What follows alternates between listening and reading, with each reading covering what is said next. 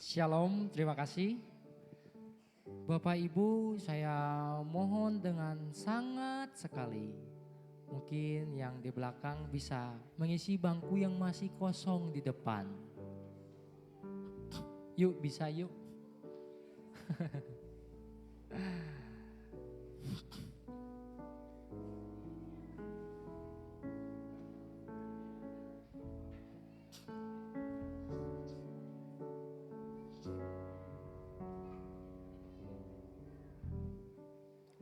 Selamat pagi, selamat datang juga yang baru datang.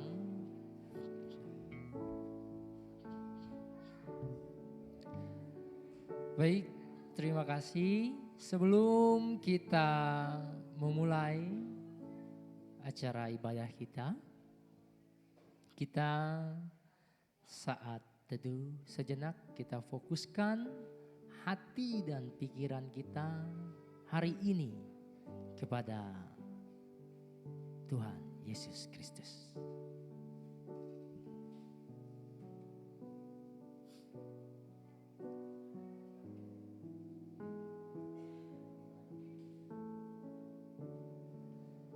Mazmur 115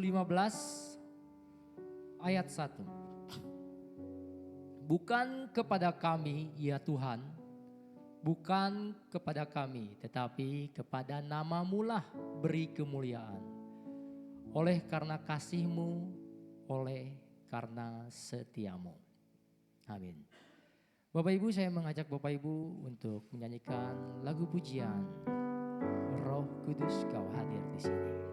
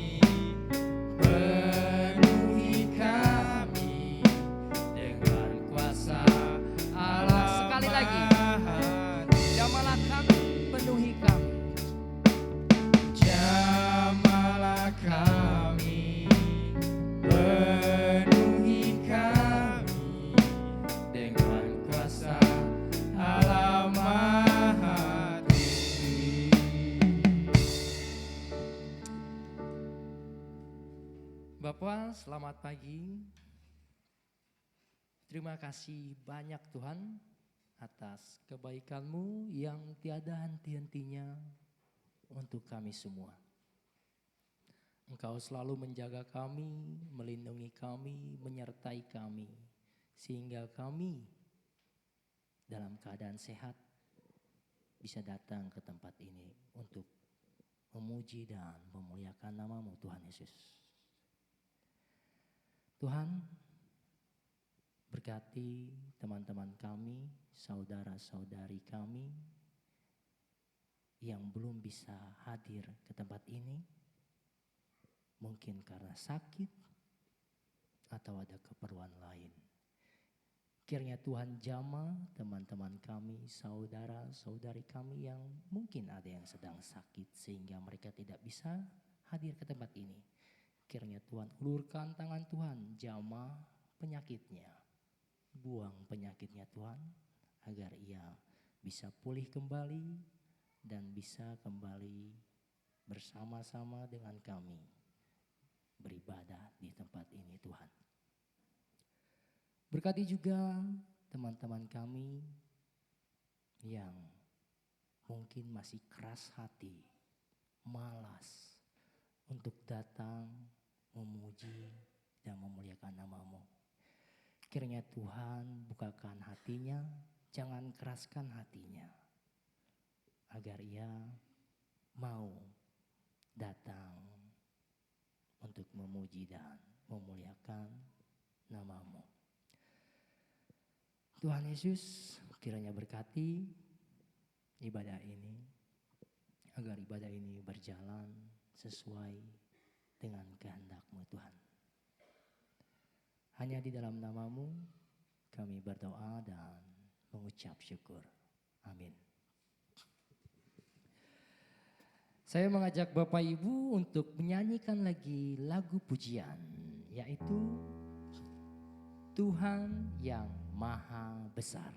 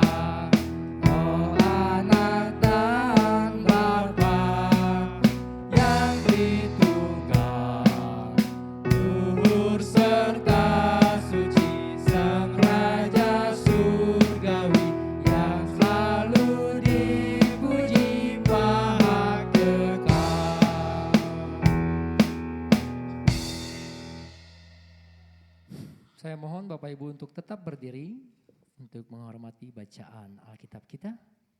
Ada di Lukas 13 ayat 6 sampai 9. Lalu Yesus mengatakan perumpamaan ini. Seorang mempunyai pohon ara yang tumbuh di kebun anggurnya. Dan ia datang untuk mencari buah pada pohon itu, tetapi ia tidak menemukannya. Lalu ia berkata kepada pengurus kebun anggur itu, "Sudah 3 tahun aku datang mencari buah pada pohon ara ini dan aku tidak menemukannya. Tebanglah pohon ini, untuk apa ia hidup di tanah ini dengan percuma?" Jawab orang itu, "Tuan, biarkanlah dia tumbuh tahun ini lagi. Aku akan mencangkul tanah sekelilingnya dan memberi pupuk kepadanya." Ayat 9, "Mungkin tahun depan ia berbuah, jika tidak tebanglah dia." Amin. Bapak Ibu, saya persilakan untuk duduk kembali. Sebelum kita melakukan doa syafaat, mungkin sekarang saya sedikit kesaksian ya. Jika saya melihat flashback ke belakang kehidupan saya, tidak diduga-duga saya bisa berdiri di tempat ini, Bapak Ibu. Beberapa kali saya pernah kesaksian, mungkin juga ada teman-teman yang baru, bahwa saya dari kecil sampai saya dewasa, mungkin umur 30, saya gak pernah gereja. Benar-benar gak pernah gereja. Entah kenapa, singkat cerita saya mengenal gereja ini. Itu pun saya pertama kali melihat gereja ini, saya bilang sama teman saya, "Ini apaan gereja di perumahan, aneh," saya bilang. Tahu-tahu malah saya yang masuk ke sini ya. Nah, dari kecil sampai besar saya nggak pernah gereja, nggak pernah. Mungkin orang tua saya pernah mengajak, cuma sayanya yang bebal ya, tidak mau, alasan. Jadi buat teman-teman saya, bersyukurlah kalau kalian masih diajak gereja sama orang tuanya. Ayo bangun gereja, bersyukur. Ada yang mengajak, saya sama sekali tidak ada yang mengajak saya gereja. Yang ngajak saya gereja Tuhan Yesus langsung ya Bapak Ibu. Karena pada saat itu saya kerja di Pilar Mas. Pada saat itu saya mengalami pergumulan yang sangat hebat. Saya berkata, menentang Tuhan. Tuhan, kamu, bahkan kata-katanya lebih kasar bukannya itu. Kau pengen aku jadi apa? Semuanya sudah kau ambil. Bisnis saya hancur. Bapak saya meninggal dengan keadaan tidak hormat. Saya ditinggalkan oleh kekasih saya, ya, selingkuh. Jadi itu campur aduk di situ saya. Makanya saya ngomong kayak gitu. Kok pengen aku? Kau ngomongnya tuh kayak gitu. Kau pengen aku jadi apa? Saya di situ belum pernah gereja. Entah kenapa mulut saya bilang kalau kau pengen saya jadi. Saya juga bingung kenapa saya ngomong itu ya. Kalau kau pengen aku jadi pendeta, bilang, oke, saya jadi pendeta. Asal ada yang kuliahin saya. Setelah itu saya kenal tempat ini, Pak Pendeta nawarin saya kuliah. Kaget saya. Saya ditagih Tuhan, saya bilang. Nah, saya mengucap syukur juga. Kenapa saya bilang tadi pertama saya tidak menyangka-nyangka sekarang bisa berdiri di tempat ini bila saya melihat flashback kehidupan saya di belakang. Tentunya sih juga bukan orang yang apa namanya baik gitu ya. Tapi bukan berarti juga saya orang yang bajingan, tidak ya. Yang jelas saya tidak gereja, saya tidak mengenal firman Tuhan dengan baik. Saya nakal, hidup di jalanan. Mungkin sedikit jujur.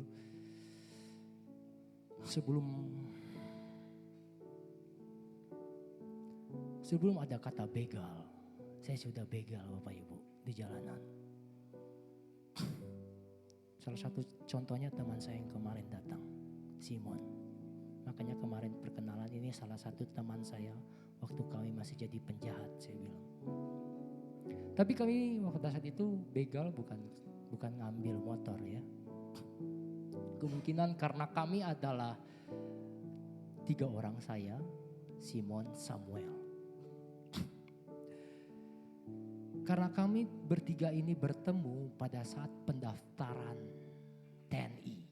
Di situ pertemuan kami. Kalau Samuel itu teman sekolah saya, Simon itu bertemu pada saat pendaftaran TNI. Saya daftar TNI 7 kali, gagal. Di situ kami bertemu, di situ kami akrab. Udah 10 tahun lebih kami berteman. Jadi karena mungkin bisa dibilang kita gila tentara gitu ya. Pada saat itu kita rambut itu selalu cepak. Bahkan orang nyangkanya kami itu tentara gitu ya. Ada yang nyangka serse lah gitu ya. Intel gitu. Kami memanfaatkan lah rambut cepak kami ini untuk berkuasa di jalanan. Makanya saya bilang sebelum ada kata begal viral, kami sudah begal di jalan. Tapi kami gak ngambil motor. Ketika ada anak muda gak pakai helm, kami berhentikan. Kami seolah-olah seperti serse, seperti Intel. Kamu gak pakai helm, kamu bak pukul. Ayo ikut ke kantor, gak tahu kantor mana. Jangan Pak, jangan. Ya udah, kamu maunya gimana? Kasih uang sama dia. Itu betul, itu kejadiannya di Wastu Kencana. Kasih uang, ketawa-ketawa, beli bir, minum. Dan yang lebih lebih yang tidak saya sangka-sangka, kalau saya flashback dari kehidupan saya dan sampai sekarang, saya mengucap syukur, saya sekarang jadi guru sekolah minggu pemuda. Bingung saya, apa ini Tuhan? Padahal saya dari kecil belum pernah gereja, baca Alkitab aja saya belum tamat. Tapi saya percaya Tuhan Yesus yang pilih saya untuk jadi guru sekolah minggu. Saya bilang, Tuhan, saya baca Alkitab aja belum tamat. Saya bilang, iya, karena makanya saya berpikir, mungkin ini pemikiran saya. Karena kamu belum tamat baca Alkitab, saya jadikan kamu guru sekolah minggu. Mau gak mau saya harus belajar, Bapak Ibu. Misalkan hari ini Minggu. Berarti minggu depan sekolah minggu dong, saya ngajar lagi. Dari hari Senin saya udah mulai belajar. Karena saya gak ngerti. Mau gak mau saya baca banyak.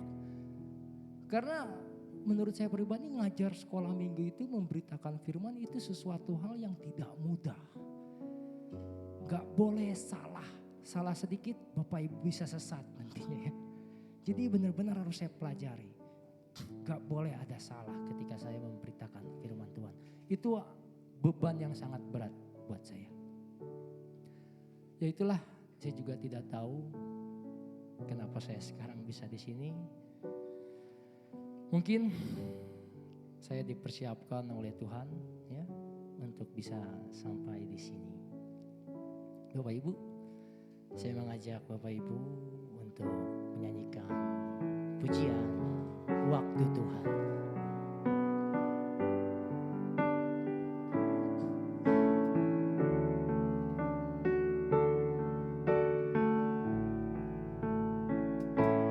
Bila kau izinkan sesuatu terjadi, ku percaya semua untuk kebaikanku.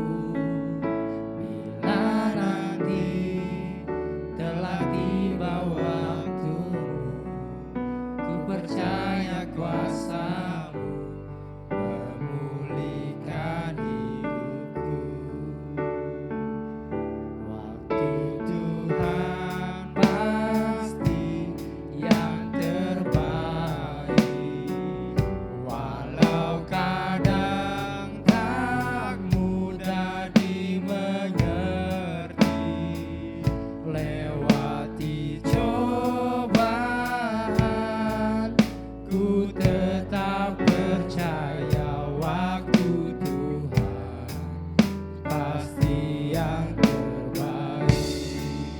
nyanyikan lagi Bapak Ibu dari pertama.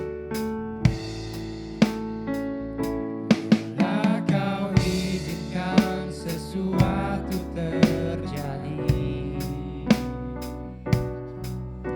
ku percaya semua untuk kebaikanku. Bila nanti telah tiba waktumu, ku percaya kuasa-Mu memulihkan hidupku.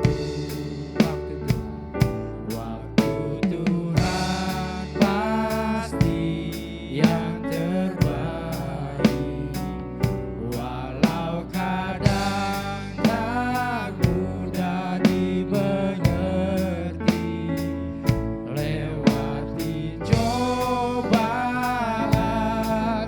ku tetap percaya waktu Tuhan pasti yang. Sekali lagi, waktu Tuhan dari refnya.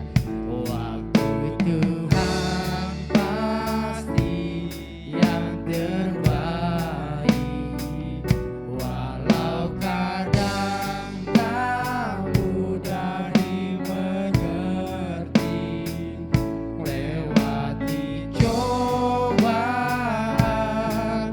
ku tetap percaya waktu Tuhan pasti yang terbaik. Lewati cobaan, lewati cobaan, ku tetap percaya waktu Tuhan pasti yang. Sekali lagi, lewati cobaan, lewati cobaan, ku tetap percaya waktu Tuhan pasti yang terbaik. Mari kita mengucap syukur. Tuhan Yesus, terima kasih, cinta kasih Tuhan nyata dalam kehidupan kami. Karena Engkaulah pribadi kasih yang memenuhi hati dan jiwa kami di dalam setiap napas dan kehidupan kami. Pagi hari ini Tuhan, kami mau serahkan Ibu Pipin ke dalam tangan kasih karunia-Mu yang memilikinya. Biarlah dia merasakan karya salib-Mu, kuasa bilur-bilur-Mu sudah menyembuhkan dia. Di dalam kelemahan, kuasa-Mu melimpah atas Ibu Pipin. Kami mengucap syukur semua ini. Engkau yang sudah mengerjakannya untuk Ibu Pipin. Dan biarlah anugerah-Mu, kasih karunia-Mu penuh dan dirasakan di dalam kelemahan Ibu Pipin, sehingga dia boleh melihat Engkau dan hidup di dalam hidupnya. Dia sungguh-sungguh menyerahkan hidup ke dalam kasih karunia-Mu. Terima kasih Tuhan Yesus. Oleh kuasa bilur-bilur-Mu, Ibu Pipin sudah sembuh. Kami serahkan anak muda kami dalam kuasa-Mu. Biarlah sejak masa mudanya mereka hidup takut akan Engkau. Semua yang Engkau sediakan, semua yang Engkau kerjakan untuk mereka, Engkau sudah menyediakannya dengan limpahnya di dalam Kristus. Biarlah mereka menikmati hidup-Mu, yaitu hidup yang berkelimpahan di dalam Engkau. Tuhan Yesus, kami serahkan orang tua kami. Kami mengucap syukur boleh melihat Engkau melalui teladan orang tua kami. Biarlah di hari tuanya dia menikmati kelimpahan anugerah kasih karunia. Kami berterima kasih Tuhan, karena semuanya Engkau sendiri yang berkehendak, Engkau sendiri yang mau, dan Engkau yang sudah selesai mengerjakannya dalam kehidupan kami, juga dalam kehidupan orang tua kami. Kami serahkan Yayasan Baptis, Rumah Sakit Baptis ke dalam tangan kuasa-Mu. Hikmat dan pimpinan Tuhan memberikan tuntunan kepada para pemimpin di lembaga ini, di yayasan ini. Biarlah kiranya kasih-Mu yang mempersatukan dan yang menyempurnakan. Terima kasih atas bangsa dan negara kami, di mana kami tinggal. Kami tahu Engkau memberkati bangsa ini untuk kami, anak-anak-Mu, kepunyaan-Mu, milik-Mu sendiri. Kami mengucap syukur Tuhan, kami mau sambut seluruhnya di dalam nama Tuhan Yesus. Haleluya Tuhan.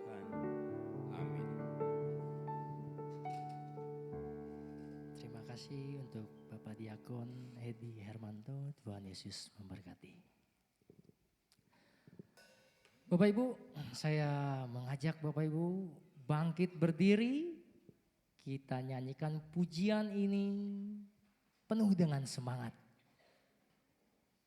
Hatiku percaya.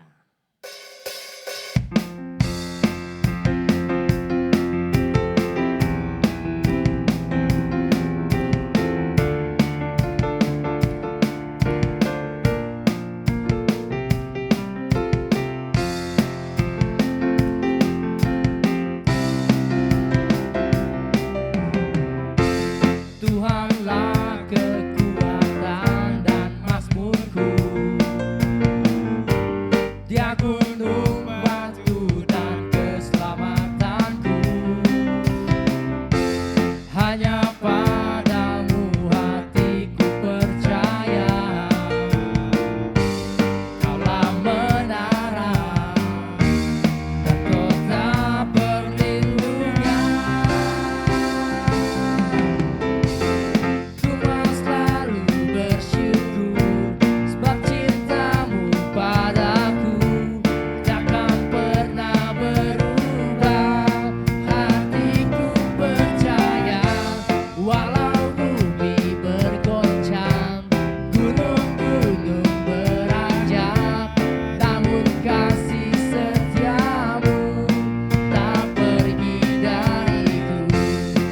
Kita ulangi Bapak Ibu dari pertama. Tuhanlah kekuatan dan Tuhanlah kekuatan dan mazmurku. Dia gunung batu dan keselamatanku. Hanya padamu hatiku percaya. Kaulah menara dan kota perlindungan. Ku mau selalu bersyukur sebab cintamu padaku takkan pernah berubah. Hatiku percaya walau bumi bergoncang, gunung-gunung beranjak, kasih setiamu. Sekali lagi, kau mau. Ku mau selalu bersyukur sebab cintamu padaku takkan pernah berubah. Hatiku percaya walau bumi bergoncang, gunung-gunung beranjak, namun kasih setiamu, namun kasih setiamu. Setiamu sekali lagi tak pergi dariku, namun kasih setiamu tak pergi dariku. Haleluya, amin. Bapak Ibu saya persilakan untuk duduk kembali.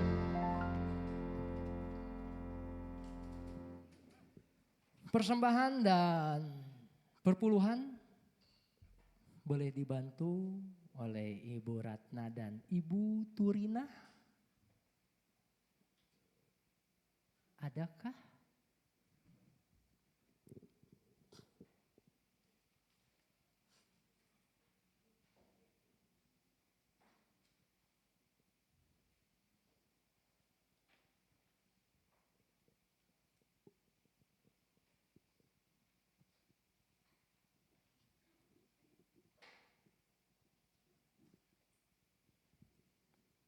Mari kita bersatu dalam doa. Tuhan, terima kasih Tuhan buat kasih setiamu dalam setiap kehidupan kami. Pada saat ini Tuhan kami akan mengumpulkan persembahan. Biarlah persembahan ini berkenan di hadapan-Mu Tuhan. Kiranya terus tambah-tambahkan dalam setiap pekerjaan kami Tuhan. Dalam nama Yesus kami telah berdoa dan mengucap syukur. Haleluya. Amin.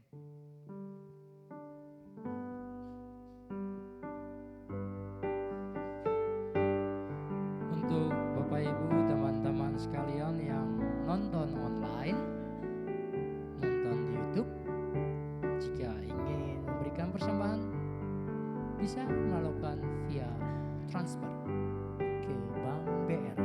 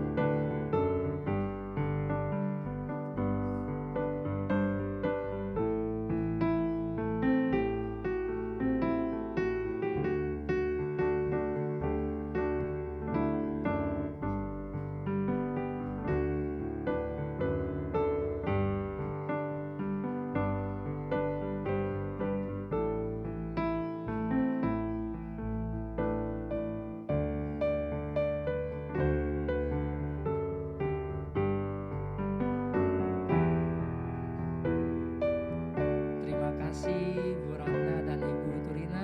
Tuhan Yesus memberkati. Sebelum kita mendengarkan firman Tuhan, mendengarkan khotbah, akan ada persembahan pujian solo dari salah satu jemaat. Waktu dan tempat saya persilahkan.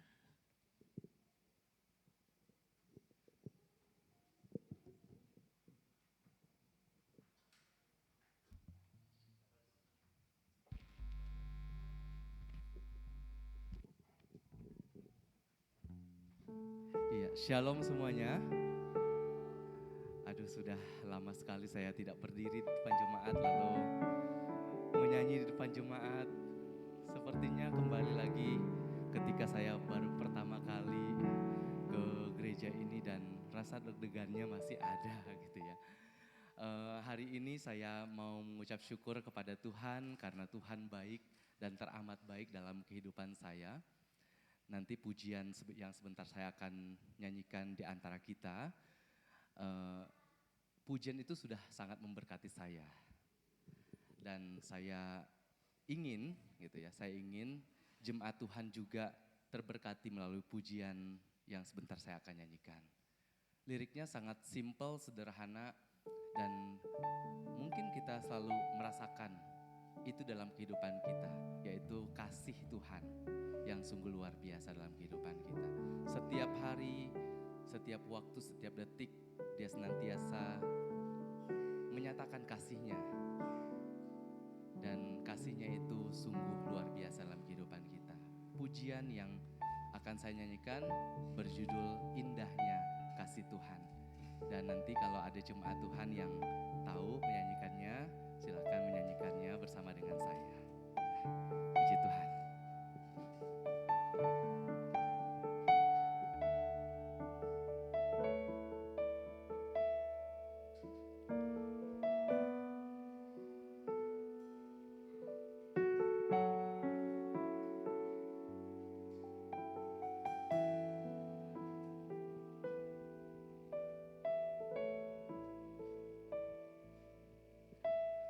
Tuhan, sungguh ku bersyukur Kau menyertai hidupku selama ini. Bapa, ku berterima kasih untuk kasih setiamu yang tak pernah berakhir. Aku ada hari ini karena Tuhan baik dan teramat baik bagiku. Semua yang ku alami bersamamu ku lewati.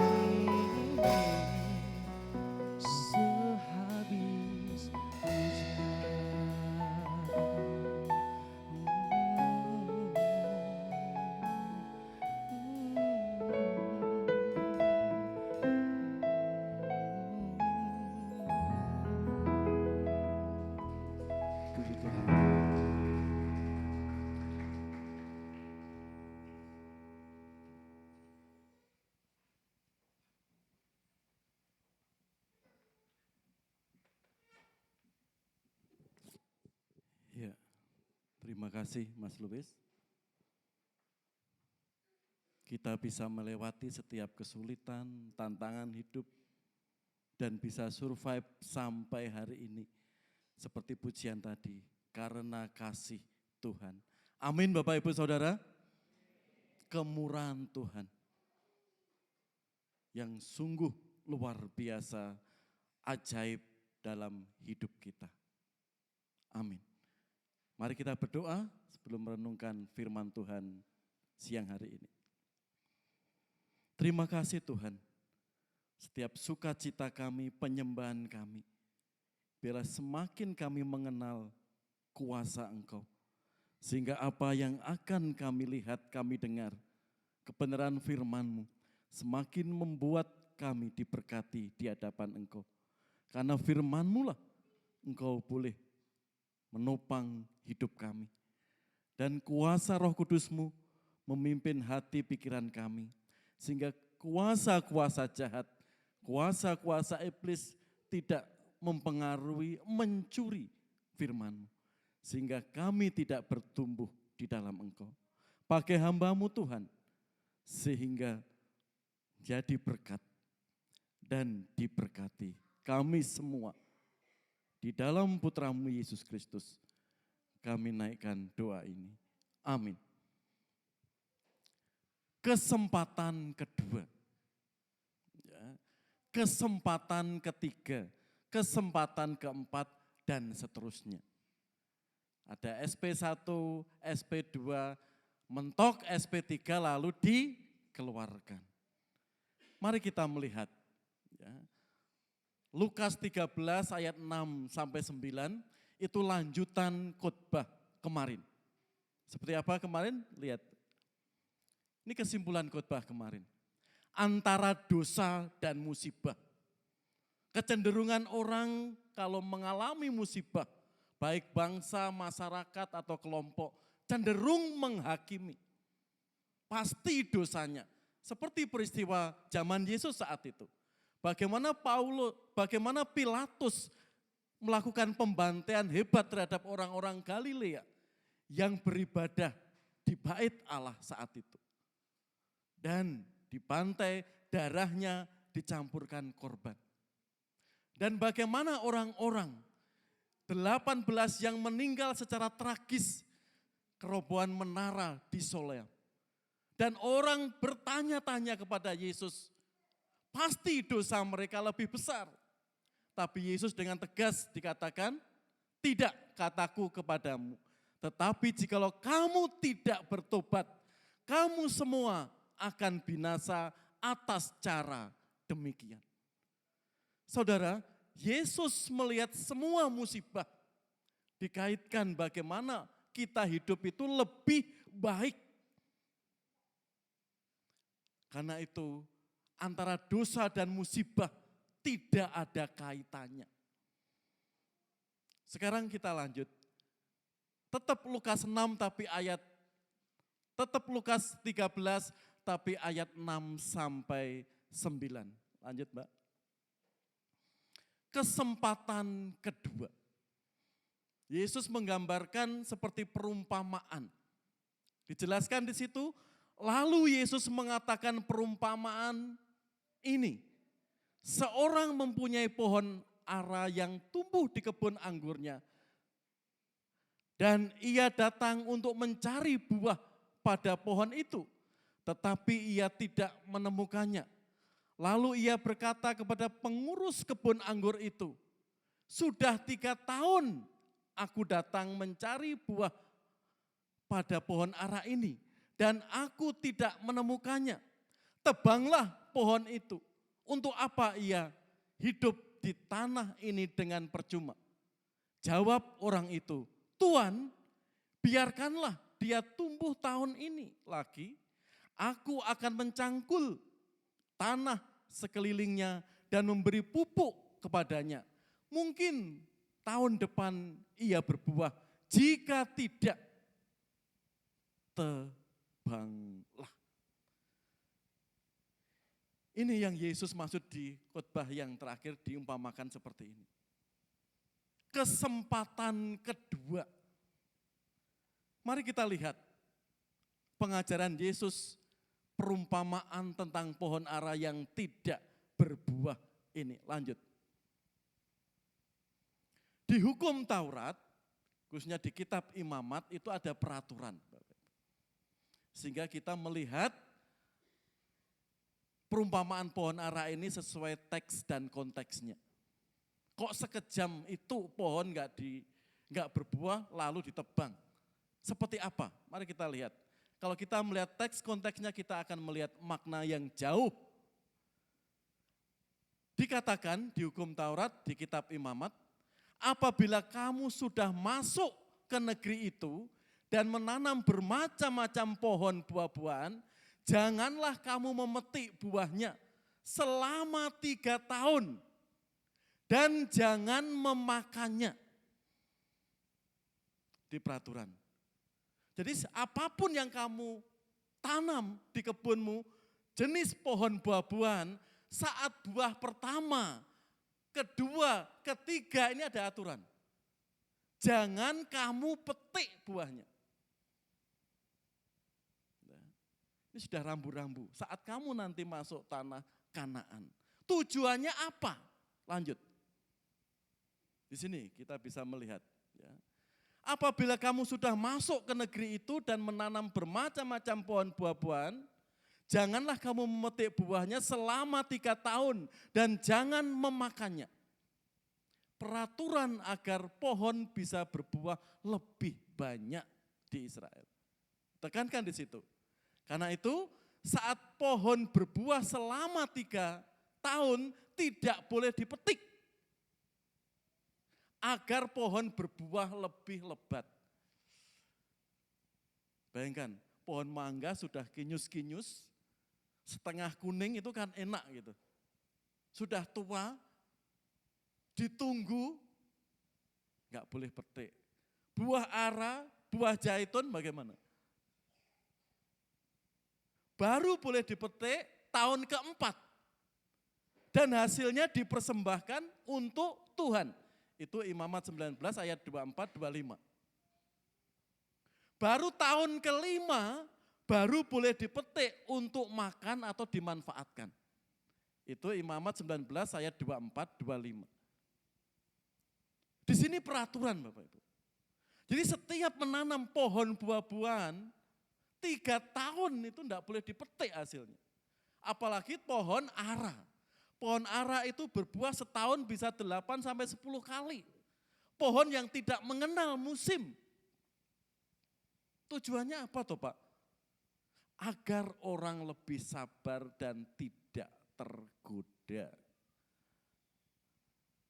Ya. Bagaimana kalau anggur sudah mau dipetik, ditunda dulu 2 tahun, 3 tahun, bagaimana? Ya.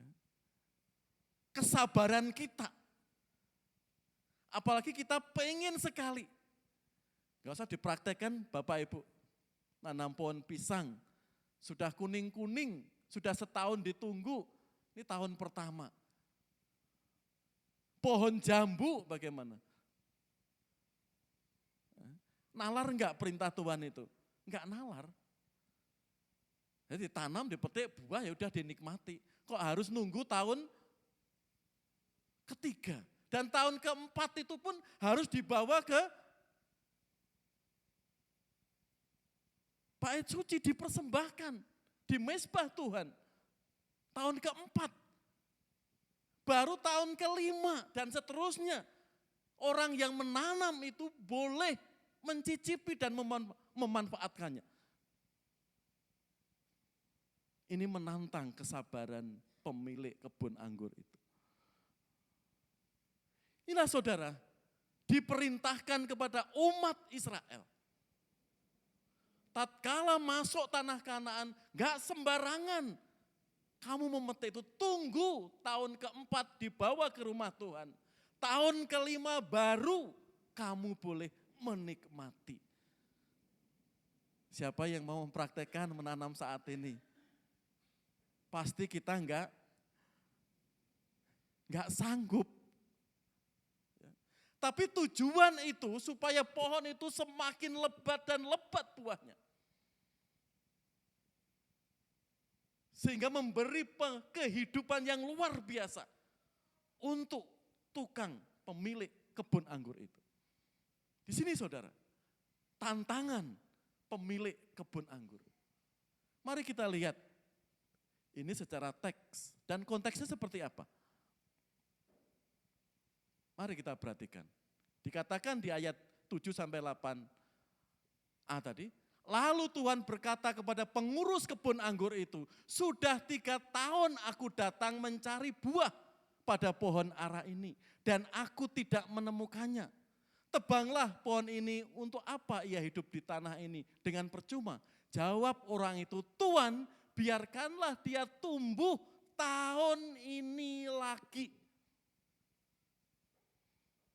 Kalau kita perhatikan sesuai teks dan peraturan Taurat, 3 tahun pertama enggak boleh dipetik. Itu sudah aturan dari hukum Taurat. Lalu penilik kebun anggur sudah lewat 3 tahun. Kok enggak berbuah? Ya, 3 tahun sudah enggak boleh. 3 tahun lagi. Jika kita lihat, kok juga enggak berbuah. Lalu pemilik kebun anggur itu berkata, Tuhan biarkanlah dia tumbuh tahun ini, artinya setahun ini lagi.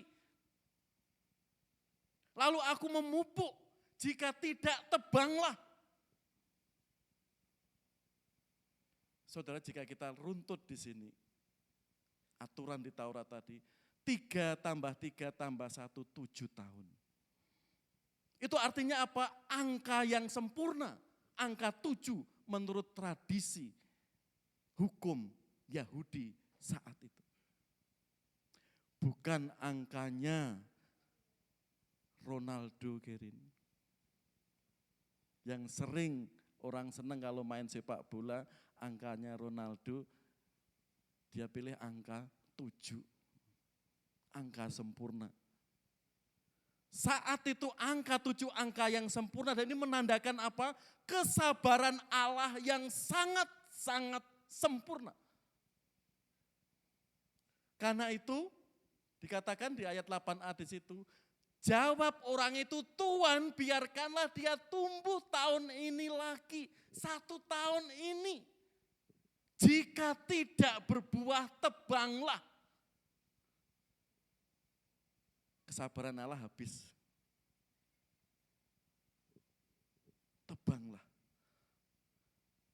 Jadi saudara,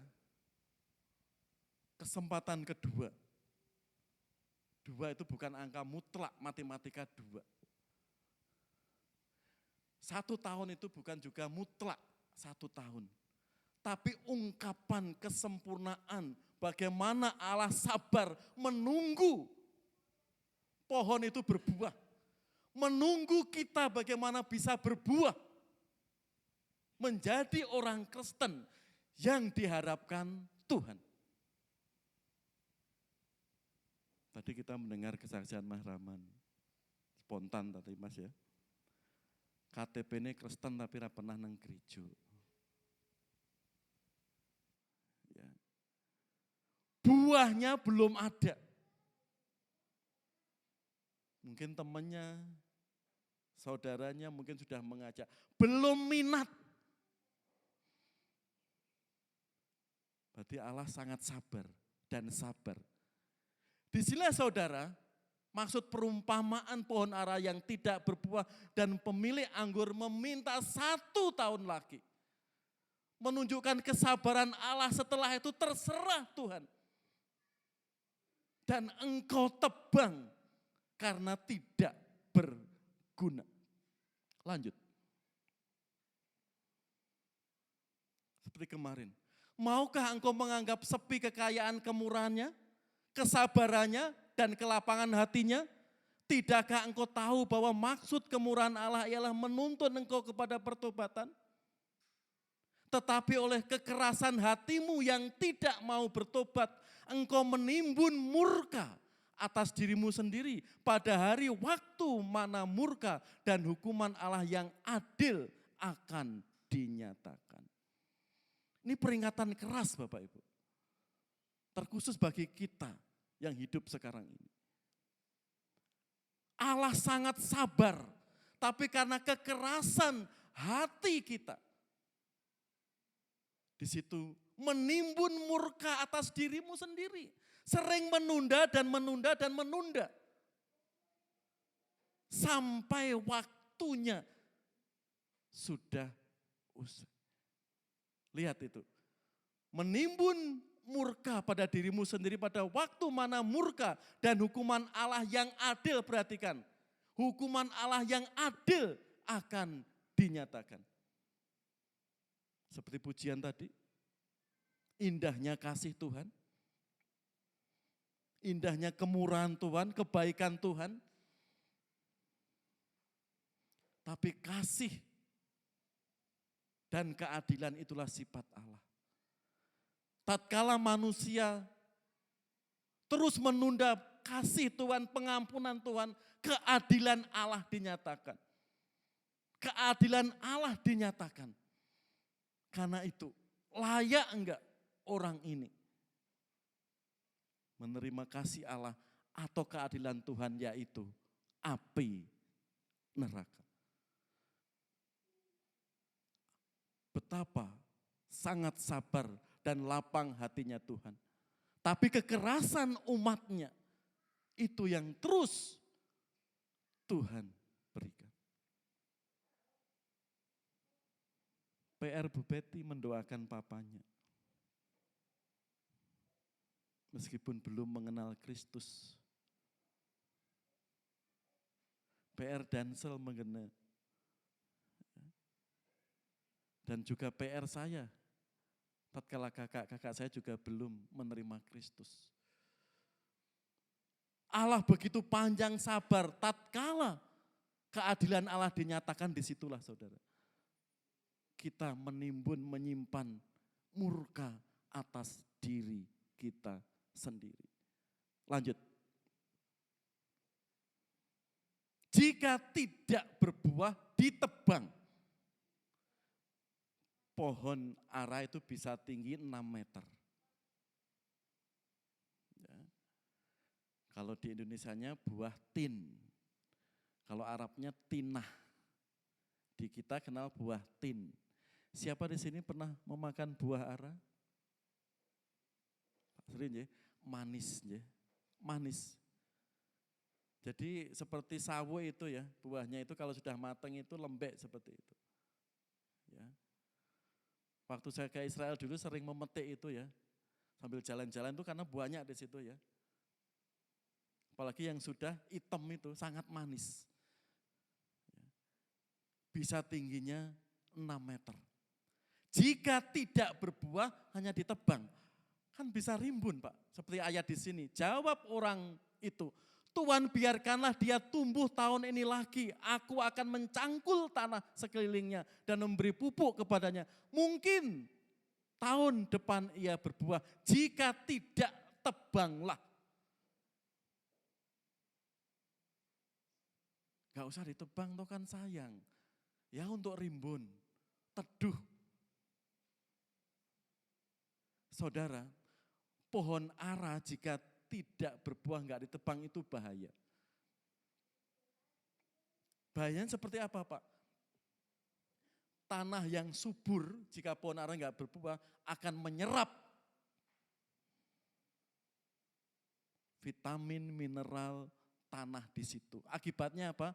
Pohon di sekitarnya bisa kekurangan vitamin. Jadi kalau pohon ara setinggi ini enggak berbuah, enggak ditebang, itu merugikan, menjadi parasit. Dan itu juga diakui oleh orang-orang yang ahli biologi atau tumbuhan. Karena firman Tuhan dikatakan, jika tidak berbuah, tebanglah. Karena pohon ini jika diteruskan akan merusak kesuburan tanah itu. Akibatnya tanaman di sekitarnya tidak bertumbuh optimal. Dan pohon ini menjadi parasit, artinya merugikan pohon-pohon di sekitarnya. Itu secara ilmu biologi.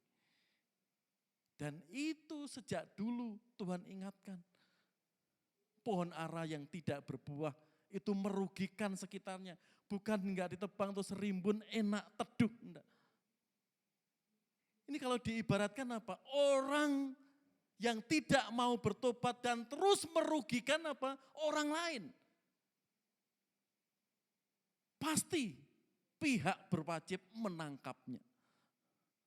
Memasukkan ke dalam penjara. Karena orang itu sudah merugikan orang lain. Merampok, membunuh, mengancam. Pasti polisi segera menangkapnya. Begitu juga saudara. Kondisi tanah di Israel tahu pohon ara keadaannya seperti itu. Jika tidak berbuah menghancurkan kesuburan tanah di sekitarnya. Lanjut. Kapak sudah tersedia pada akar pohon. Dan setiap pohon yang tidak menghasilkan buah yang baik pasti ditebang dan dibuang ke dalam api. Ya. Jadi hasilkanlah buah yang sesuai dengan pertobatan.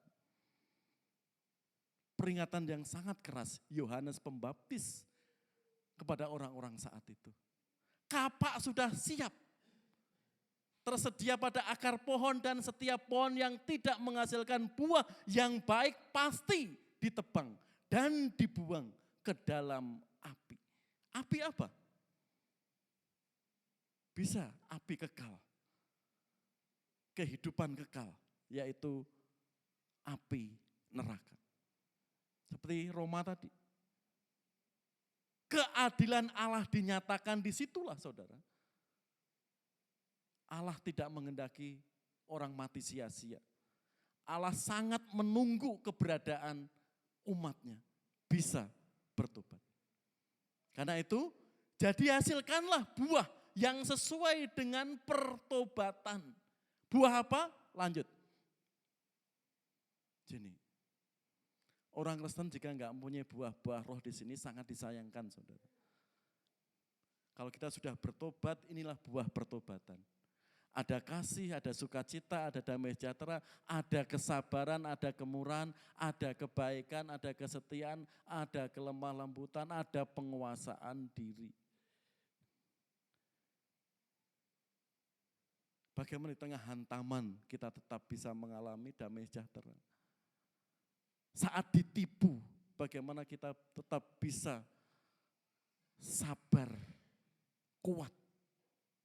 Saat godaan di depan mata kita, bagaimana kita bisa menguasai diri. Banyak tantangan kaum muda terjerumus. Kemarin ya di Jakarta itu ya, 54 akan pesta seks sesama jenis. Ada profesi guru, ada profesi dokter, ditangkap. Lalu 52 dipulangkan dengan catatan harus dijemput istrinya, suaminya, dan orang tuanya. Kalau tidak bisa menguasai diri. Ini buah-buah roh yang Tuhan berikan dalam kehidupan kita. Lanjut, buah apa lagi? Ini kan di dalam diri kita. Bagaimana lebih berbuah lebat lagi? Lanjut di sini. Jiwa-jiwa baru. Kalau kita sudah memiliki buah-buah roh tadi saudara, itu tidak boleh kita simpan sendiri. Kita harus menceritakan kebaikan Tuhan. Yaitu mempersembahkan buah-buah di hadapan Tuhan. Yaitu jiwa-jiwa yang baru. Kalau orang Kristen hanya puas di buah-buah roh tadi, berarti dia belum memahami sepenuhnya kehendak Tuhan. Karena ini utama Injil diberitakan. Seperti firman Tuhan hari ini. Bagaimana gereja di Kolose, imannya bertumbuh, kasihnya bertumbuh. Tidak hanya itu, tapi apa? Visi misinya terlebih aksi untuk jiwa-jiwa baru juga terus bertumbuh. Ini yang membuat sukacita Paulus. Meskipun jemaat Kolose tidak bisa memberikan secara materi jasmani saat Paulus dipenjara di Roma. Tapi jiwa-jiwa yang dipersembahkan itu merupakan ucapan syukur dan sukacita Paulus. Ini buah yang Tuhan kehendaki. Memang tema sekolah minggu kita hari ini memahami kehendak Tuhan. Memahami istrinya, suaminya, anaknya saja kita terbatas. Apa memahami kehendak Tuhan, kekuatan kita apa? Ya. Tapi karena kita memiliki Roh Kudus yang dianugerahkan bagi kita, dan firman-Nya yang sudah dinyatakan itu, kita jadi tahu isi hati Allah seperti ini. Orang-orang semuanya melakukan amanat agung. Untuk perintahnya, pergilah, jadikanlah semua bangsa muridku, baptislah dalam nama Bapa, Anak, dan Roh Kudus. Dan janjinya apa? Aku akan menyertai engkau sampai selama-lamanya. Di sini saudara, menghasilkan buah selain 9 buah-buah roh tadi, itu kan secara pribadi bagi kita. Tapi harus lebih lebat lagi, yaitu menjadi penjangkau orang-orang yang belum mengenal Kristus. Sehingga kita bisa mengerti, memahami kehendak Allah, tujuan Allah memanggil kita. Tidak hanya sebatas sukacita kita, damai sejahtera kita. Lalu itu kita simpan, tidak kita beritakan. Mari kita betul-betul memahami maksud kehendak Allah itu. Kalau kita sudah mengalami buah-buah roh tadi, Tuhan ingin Injil diceritakan bagi orang.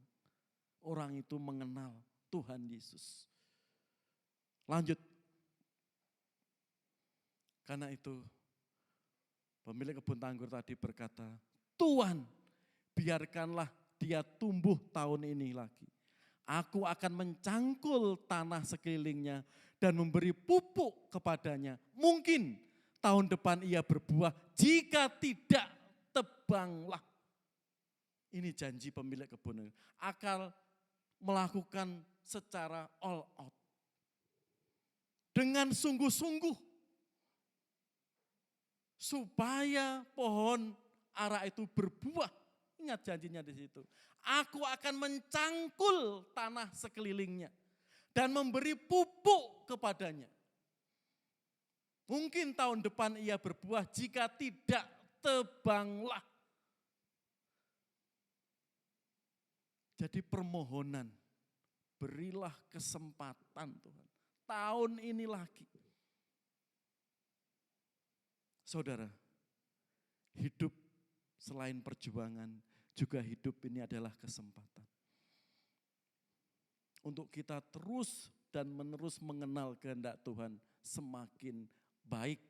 Seperti sekolah minggu tadi kita. Dia semakin bertumbuh imannya, kasihnya, bahkan misinya untuk menceritakan Injil kepada orang yang belum mengenalnya. Jangan justru terbalik. Menjual imannya. Kalah dengan tekanan. Sehingga meninggalkan Yesus, berpaling dari Yesus. Itu kan sungguh-sungguh tragis, mengenaskan. Karena jabatan, karena uang dan sebagainya. Berpaling dari Yesus. Sangat tragis. Mari saudara, ini kesempatan kedua yang Tuhan berikan bagi kita. Lanjut. Sebab kamu tahu bahwa kemudian ketika ia atau Esau hendak menerima berkat itu, ia ditolak. Sebab ia tidak beroleh kesempatan untuk memperbaiki kesalahannya. Sekalipun ia mencarinya dengan mencucurkan air mata. Berkat Tuhan sudah tertutup untuk Esau. Tuhan sudah mengingatkan berkali-kali bagaimana akar pahit Esau kepada Yakub menikung, mengambil berkatnya, haknya. Sakit hati itu terus dibawa. Dan Tuhan memberikan kesempatan dan kesempatan. Esau tidak paham hal itu. Akhirnya dikatakan di sini, sebab kamu tahu bahwa kemudian ketika Esau hendak menerima berkat itu, ia ditolak. Sebab ia tidak beroleh kesempatan untuk memperbaiki kesalahannya. Sekalipun ia mencarinya dengan mencucurkan air mata. Saudara, tatkala keadilan Tuhan dinyatakan, kita tidak bisa berbuat apa-apa. Itulah kasih Tuhan dinyatakan dan hukuman orang yang selalu menunda untuk bertobat, menerima Yesus. Selalu ditunda, kasih Tuhan dinyatakan. Dan keadilan Tuhan juga dinyatakan. Mari saudara, kita yang memahami firman Tuhan itu, kita seperti pesan Galatia 5 ayat 3. Saudara-saudara, memang kamu telah dipanggil untuk merdeka, tetapi janganlah kamu pergunakan kemerdekaan itu sebagai kesempatan untuk kehidupan dalam dosa. Melainkan layanilah seorang akan yang lain oleh kasih Tuhan. Kesempatan itu kita gunakan untuk melayani Tuhan.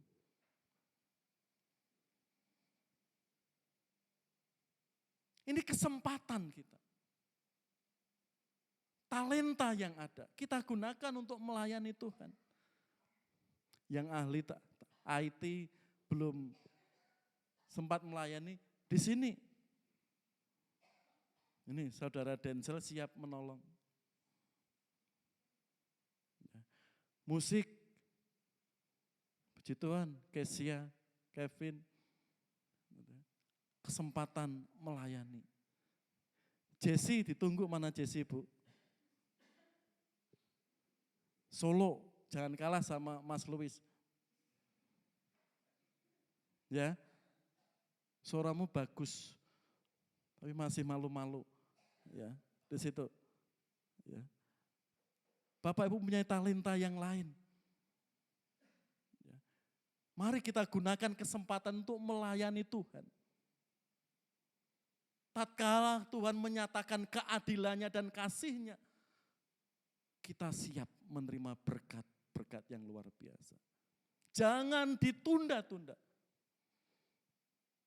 Orang mau ikut ke gereja, dorong dia.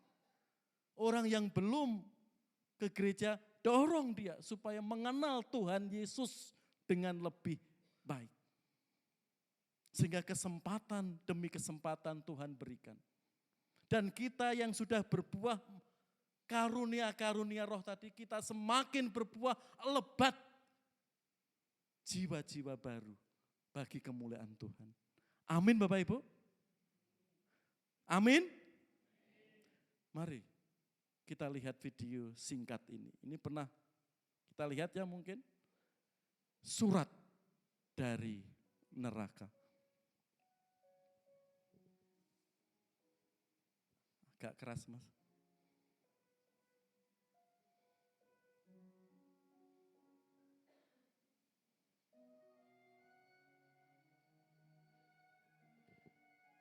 Lihat pesannya. Video pendek ini bagi kita.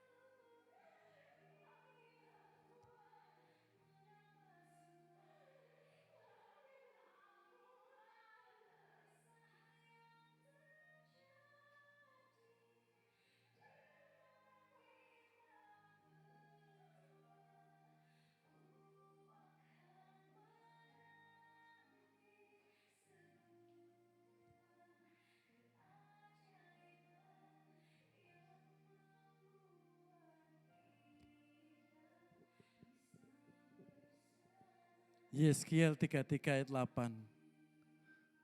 Aku akan menuntut pertanggungan jawab atas nyawanya daripadamu.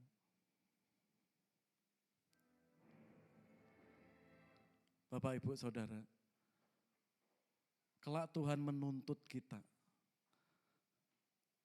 Pertanggungan jawab kita.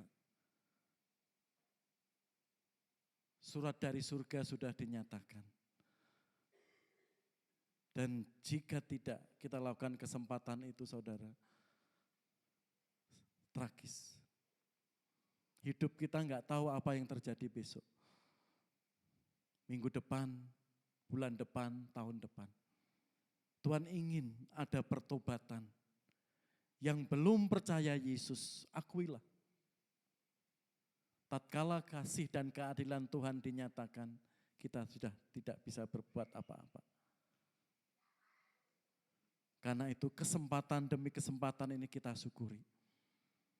Kita pergunakan hidup yang sangat singkat ini bagi kemuliaannya. Tuhan ingin kita berbuah tadi. Dan tidak berhenti di situ. Buah-buah untuk kemuliaan Tuhan. Jiwa-jiwa yang baru baginya. Mari kita berdoa. Jemaat yang dikasihi Tuhan, silakan merenungkan firman Tuhan hari ini. Kesabaran Tuhan sungguh luar biasa bagi kita. Untuk kita tidak mengeraskan hati kita, sehingga kita terus diberi kemurahan memahami kehendak Allah. Begitu baiknya Tuhan bagi kita. Jangan tunda untuk membawa orang mengenal Kristus. Jika Anda diberi kesempatan, orang-orang keluarga yang belum mengenal Kristus, doakan, ajak. Jangan putus asa untuk mendoakannya, untuk mengajak. Ini kesempatan.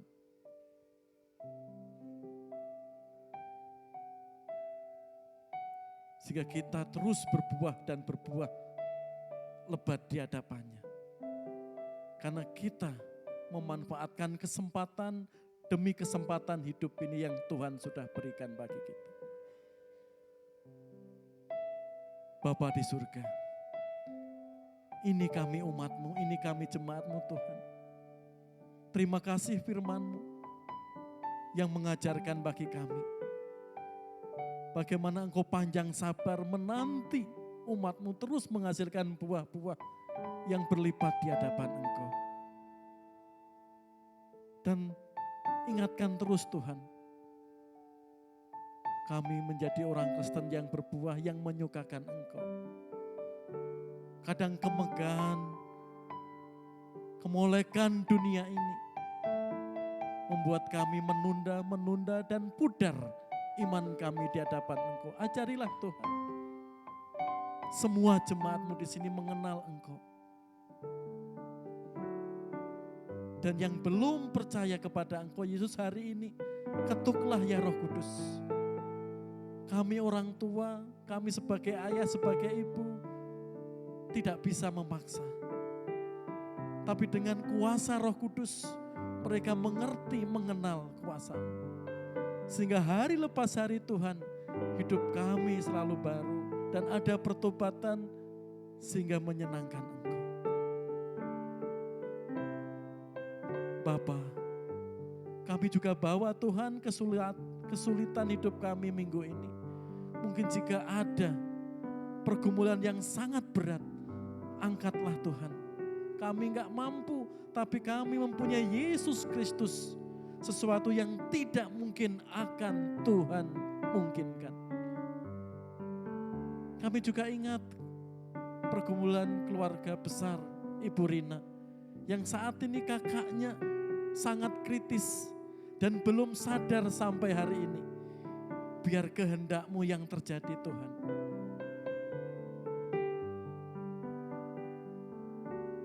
Bapa yang Maha Baik,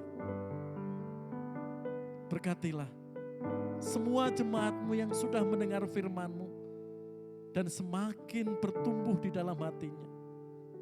dan mengalami buah-buah roh di dalam kehidupannya.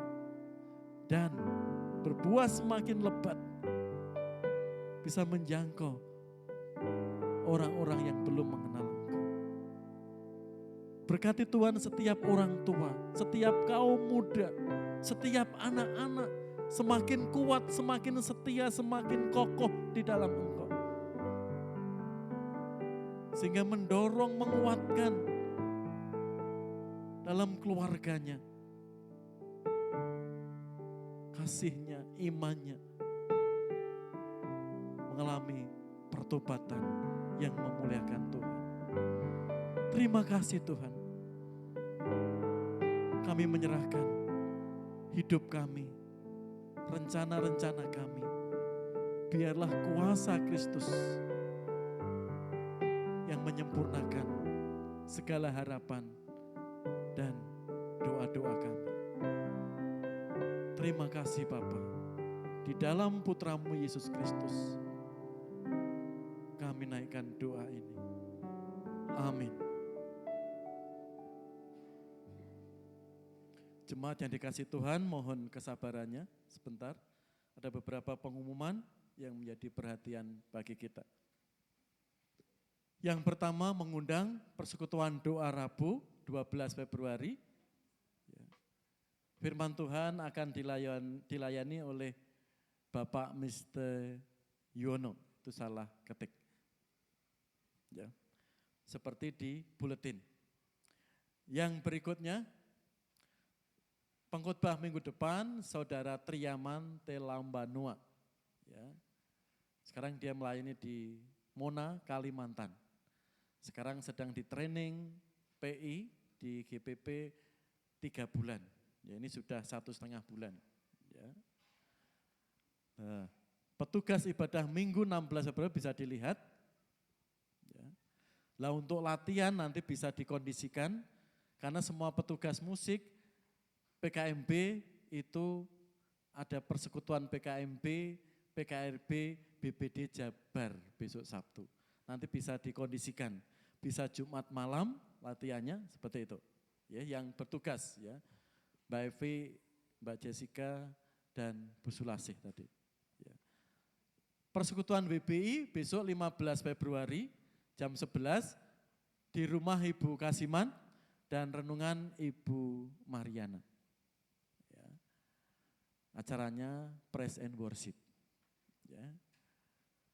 Berikutnya ini persekutuan PKMB PKIB BPD Jabar, tempat di GBI Bethlehem. Ya, jam 6 sore. Pemuda remaja ya, besok hari Sabtu kumpul ya di gereja jam berapa? Jam 5 ya. Minta tolong Mas Eben dan Mas Rahman nanti bisa ikut ya untuk dampingi ya dan mengantar sebagai PKMB. Kan itu latihannya Bapak Ibu, petugasnya nanti bisa janjian, dikondisikan sehingga semuanya bisa kita ikuti untuk kegiatan PKMB PKIB. Lanjut. Ya enggak ada lagi tambahan pengumuman?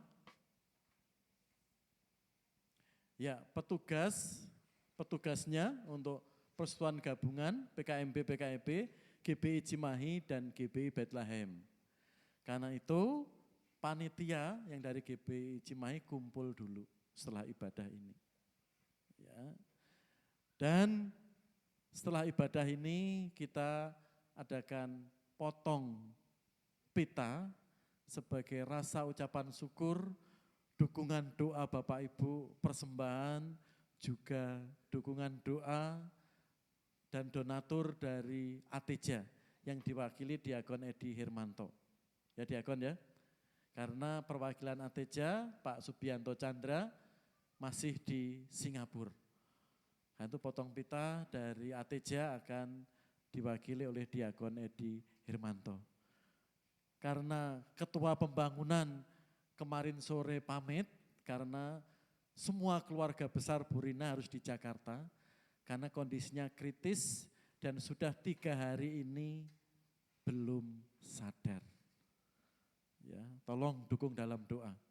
Nanti Pak Mister nanti minta tolong Diakon Sidadi ya, bisa juga mewakili Pak Mister dan sesepuh gereja. Untuk ke atas potong pita sebagai rasa syukur kita. Ya. Itu ada tambahan Bapak Ibu? Pengumuman? Kalau tidak ada, mari kita berdiri bersama-sama.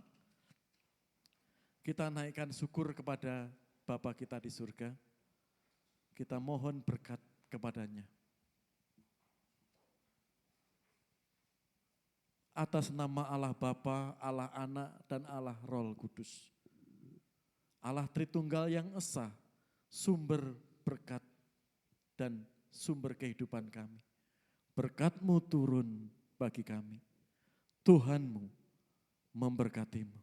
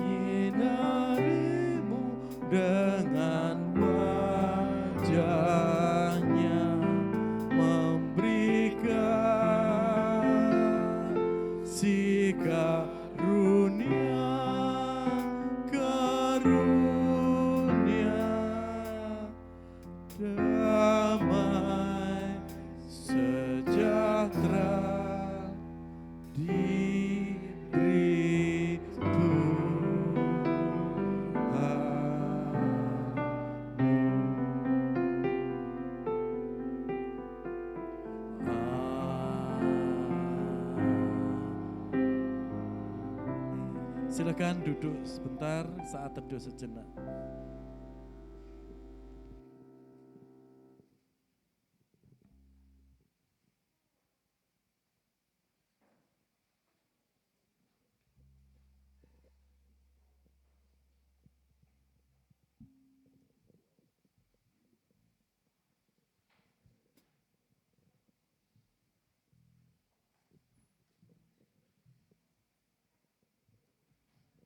Selamat siang, selamat hari Minggu.